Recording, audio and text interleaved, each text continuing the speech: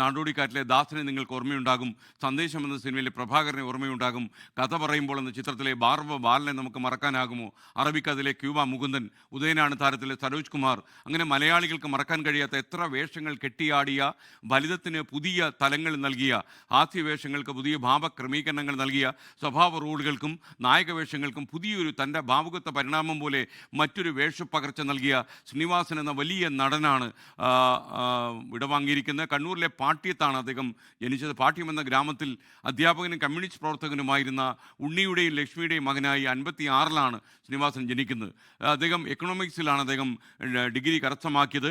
1977 Madras film and television ഇൻസ്റ്റിറ്റ്യൂട്ടിൽ അടയാറിലെത്തി അദ്ദേഹം diploma നേടി. എന്ന് പ്രശസ്ത നടൻ രജനീകാന്തൊക്കെ അദ്ദേഹത്തോടൊപ്പം അവിടെ പഠിച്ചിരുന്നു. അതൊക്കെ എപ്പോഴും അദ്ദേഹം ഓർമ്മിക്കുമായിരുന്നു.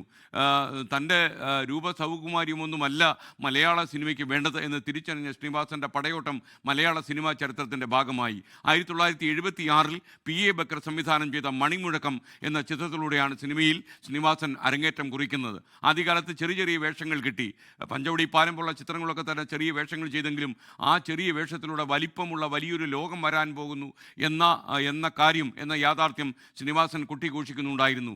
ഒരു ഡബ്ബിംഗ് ആർട്ടിസ്റ്റായിട്ട് പോലും പ്രവർത്തിച്ചിട്ടുള്ള ശ്രീനിവാസൻ ചെന്നു ചേരാത്ത മേഖലകളില്ല സിനിമയിൽ. ശ്രീനിവാസൻ എന്ന കലാകാരൻ്റെ പ്രതിഭ പൂർണ്ണമായും നമുക്ക് മനസ്സിലായി തുടങ്ങിയത് അദ്ദേഹത്തിൻ്റെ അഭിനയത്തിൽ മാത്രമേ, തിരക്കഥയിലായിരുന്നു. 84 പ്രിയദർശൻ സംവിധാനം ചെയ്ത ഓടരുതമ്മാവ ആളറിയാം എന്ന ചിത്രത്തിന് തിരക്കഥ എഴുതിക്കൊണ്ടായിരുന്നു ശ്രീനിവാസൻ്റെ അരങ്ങേറ്റം. യഥാർത്ഥത്തിൽ പ്രിയദർശൻ്റെ സെറ്റിലെത്തിയ ശ്രീനിവാസനോട് നിങ്ങൾക്ക് അഭിനയിക്കണോ എന്ന് ചോദിച്ചു. എനിക്ക് അഭിനയിക്കാൻ വന്നതാണ്, നിങ്ങൾക്ക് തിരക്കഥ എഴുതാൻ അറിയാമോ എന്ന് ചോദിച്ചു. അപ്പോൾ എനിക്കതൊന്നും അറിയില്ല, തിരക്കഥ ഇല്ല ഇവിടെ, പിന്നെ എങ്ങനെയാണ് അഭിനയിക്കുക, വേണമെങ്കിൽ ഒരു തിരക്കഥ എഴുതിക്കൊണ്ടുവാ എന്ന് പ്രിയദർശൻ പറയുകയും തദ്വാര അദ്ദേഹം ഒരു തിരക്കഥ എഴുതാൻ ശ്രമം നടത്തുകയും ഓടരുതമ്മ ആളറിയാമെന്ന സിനിമ രൂപപ്പെടുകയുമായിരുന്നു. പിന്നീട് ഒരു കാലത്ത് സിബി മലയിൽ ഞങ്ങളുടെ തന്നെ മേലില എന്ന ഗ്രാമത്തിൽ ചിത്രീകരിച്ച മുത്താരംകുന്ന് പിയ എന്ന സിനിമയിൽ അദ്ദേഹം തിരക്കഥ എഴുതാനെത്തി. ജഗദീഷിൻ്റെ കഥയ്ക്കാണ് അന്ന് ശ്രീനിവാസൻ തിരക്കഥ എഴുതിയത്.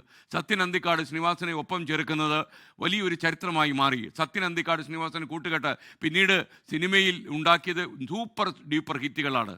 സന്ദേശം, നാടുടിക്കാറ്റ്, ഗാന്ധിനഗർ, സെക്കൻഡ് സ്ട്രീറ്റ്, സന്മനസ്സുള്ളവർക്ക് സമാധാനം, വരവേൽപ്പ്, തലയണ മന്ത്രം തുടങ്ങി ചിത്രങ്ങൾ കേട്ടാൽ തന്നെ ശ്രീനിവാസൻ്റെ പ്രതിഭ എവിടെ നിൽക്കുന്നു, അദ്ദേഹത്തിൻ്റെ നർമ്മത്തിൻ്റെ സാധ്യതകൾ എവിടെയാണ്, അദ്ദേഹം അവതരിപ്പിച്ച രാഷ്ട്രീയ ആക്ഷേപഹാസ്യത്തിൻ്റെ മഹിമ എന്താണ് എന്നൊക്കെ നമുക്ക് മനസ്സിലാകും.